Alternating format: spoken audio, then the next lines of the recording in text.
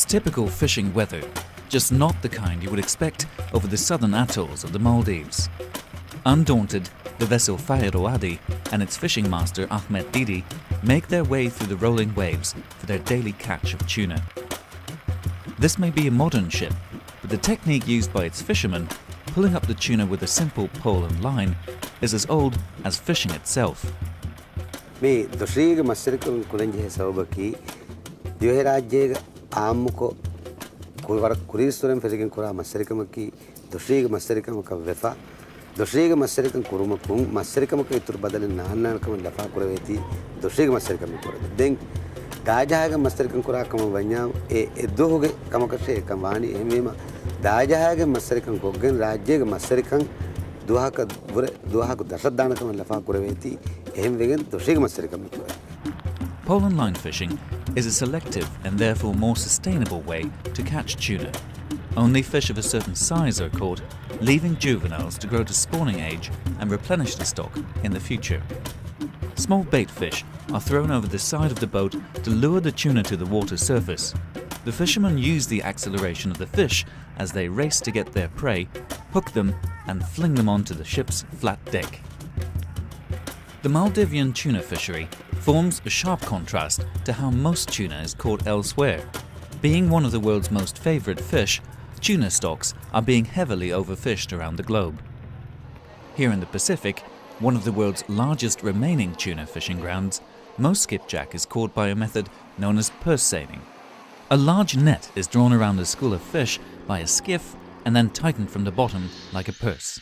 Such a net, often set on a floating fish aggregation device, catches the entire school of tuna, but also takes in all the juvenile fish and non-target species such as sharks that may be swimming with the tuna. The sheer volume of bycatch lifted from the region by purse seiners makes this fishing method highly unsustainable. Moreover, these industrial vessels, some of them operating illegally, come to fish Pacific waters from half a world away. By contrast, the Maldivian pole and line boats are owned by cooperatives of local fishermen who all fairly share the profits of their daily catch.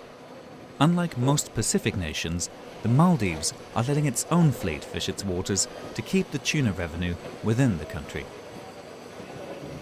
Velivaru, in the North Atolls, is home to one of the country's own tuna canneries. It's a modern fish processing plant operating to the strictest regulations of health and safety. Both fishing and fish processing are vital to the Maldives economy and provide crucial local employment. There are around 500 local people working in this plant. That means 500 families, local families, are looked after. And for fishermen, we pay cash daily. So compared to other industries, what we get from for the company is very well distributed through the community. It's often the profit margin that forms the biggest stumbling block for environmentally responsible and sustainable food products. Fish Forever, distributed by Organico Real Foods in the United Kingdom, is one of the brands marketing the Maldivian pole and line tuna in Europe. Its managing director, Charles Redfern, believes retailers should take a greater responsibility in promoting sustainable fish products. They just say this is a buying option, and that's the wrong way to go, because you're basically saying that these are lifestyle choices, that ethical decisions are lifestyle choices, and they're not.